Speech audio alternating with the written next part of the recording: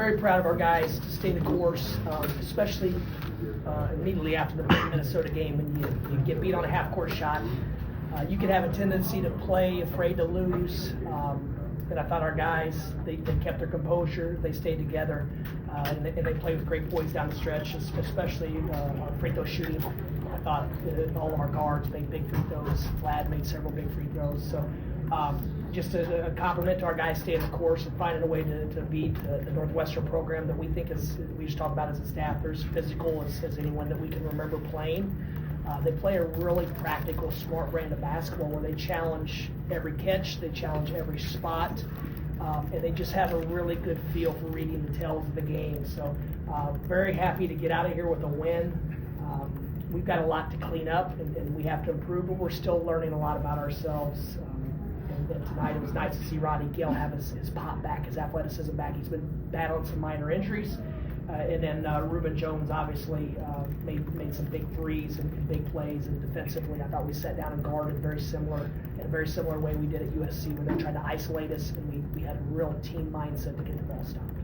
Noah, you want to start something? Yeah, you mentioned Roddy, but after our last game, a rough game last time out, just coming in, having that key basket at the end of regulation meant to open overtime. How important was he tonight? He was extremely important, and Roddy played really well early in the year, and then he's been banged up, and it's difficult because there's a thing that came out this week that there's 3 of the most efficient players. There's 30 of the top efficient players in college basketball, and we had 3 of them. We had Vlad, Danny, and Tre. So when you have 3 guys playing with that level of efficiency, you're tending to look towards them, look for them, lean on them to create offense. And tonight, 2 of those 3 they probably had their worst game as far as shots falling and then the ball dropping. And Roddy, thank goodness, stayed ready and determined. And that's the type of team we're going to have to be. Nimari one night, Roddy one night, Reuben the next. Those young guys continue to get better. We still have a few guys on the bench that they're going to have their moments, and we're going to need every one of them because, as you guys can see, there's 3 home games today, and all 3 of them look very similar to this one. So it's going to be a slugfest every single night in this league. A lot of guys maybe didn't have the efficiency that you're looking for, that you're kind of talking about, but Vlad, just kind of another dominant performance. How valuable is it to have the best player on the floor in some of these games when other guys maybe don't have their game going? Vlad does a lot for us, and now he's knocking in free throws and the threes early when we were struggling to get anything going. In theory, it loosened them up. The one thing I was disappointed in is we're a team that likes to get out in the game to open up. We don't really want to be in a bunch of wrestling matches.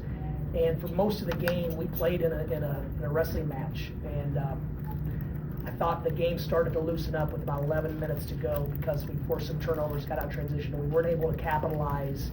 And I think if we would have made those plays, it would have fueled our defense even more. It would have caused us to get even more energy and more aggression. But when they don't drop and we turn those over, and for us to have 11 turnovers in 45 minutes, and I think 3 or 4 of them were plays like that just, we drop a lob out of that. Whatever the case, I thought we handled the basketball, passed and caught much better tonight than we have recently, and especially earlier in the year. Andrew? There were a lot of replay reviews in this game. Their bench was pretty animated throughout. What was it like, can you speak to the non-basketball stuff in this game? It's tough. It's tough because I don't want to comment on any of the stuff you can't control. So I won't.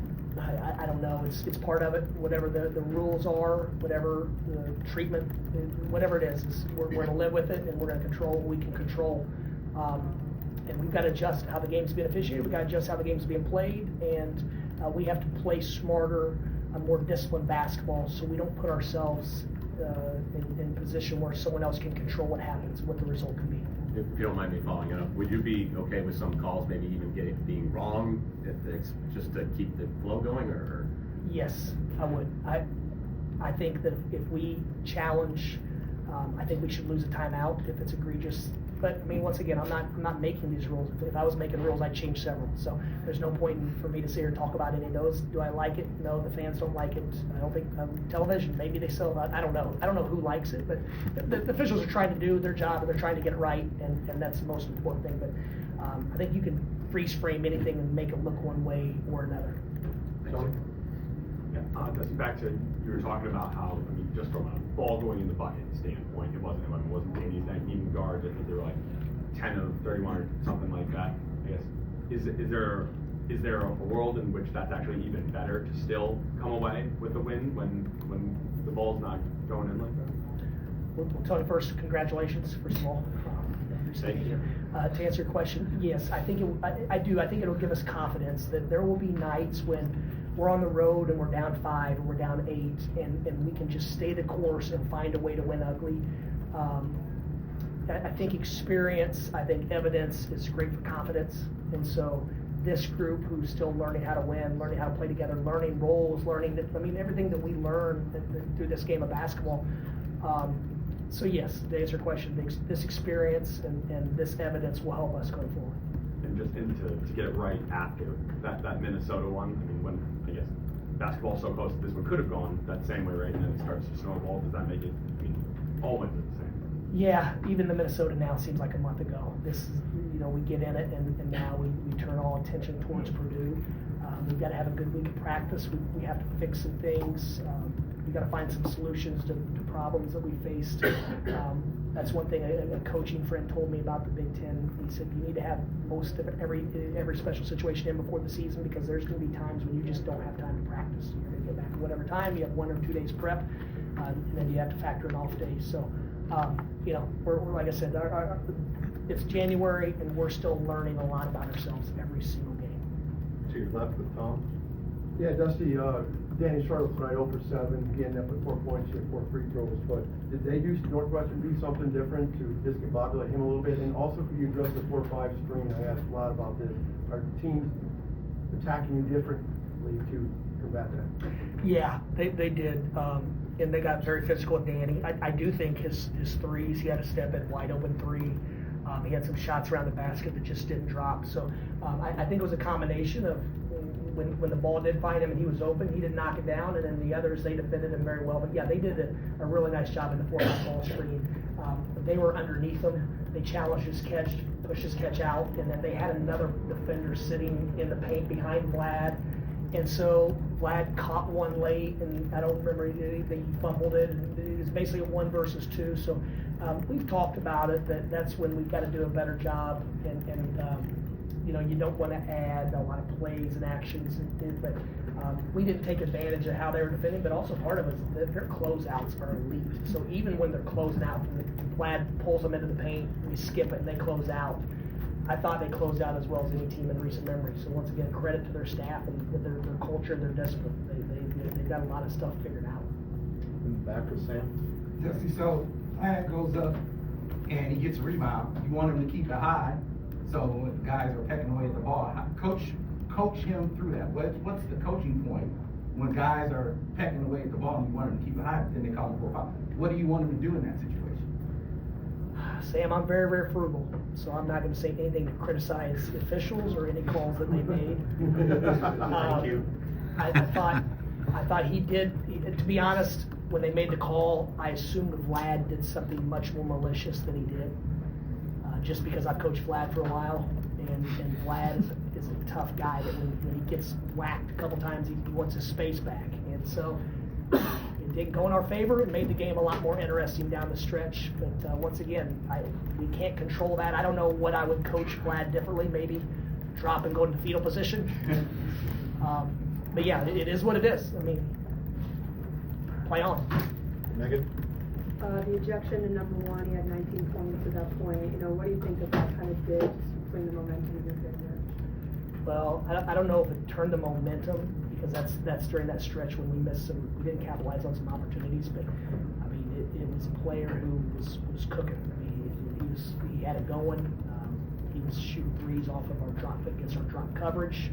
He was in a really, really nice rhythm, and he's evolving into a really solid third scoring option for a team that has a chance to win a lot of ball games. If you look at their record, it's not indicative of how well they played. Iowa beats them on a 27-foot fall-away shot early in the year. Penn State, they laid up to go overtime. Talk about a quirky review. Go back and watch the last 10 seconds of that game. They think they lay it up to go overtime. They call it a goaltend on the shot before, which wasn't a goaltend, so then they had to reset and they lose that game. So it all evens out. I mean, I'm sure there's a couple calls they didn't. I mean, it's part of the game. You just hope over the course of a 30-35 game season you're going to get 5 that go in your favor and 5 that don't. We'll take 2 more. We'll go Chris and then Steve. What was the conversation before the last possession, before overtime, and did you get the shot that you wanted there with Tre? Yes, I did. Yes, much. I thought it was going to drop. Tre got to the rim, broke down their defense, and then we had a tip in. I'm taking that every day, twice a day. So we got to take it twice today. Steve, you want to close this out? Dusty, it seems odd now that Vlad never took a 3 until this season. Was there ever a conversation that you had with him at FAU once you got to hear about developing that part of his game? Yeah, we had conversations a year ago. Our philosophy's always been for big guys that never shot them, shoot them every day for a year until you have the confidence and comfort and rhythm, and then you'll shoot them. But also last year, our team, there weren't really enough shots for our team last year. We had a lot of guys. We had our whole team back.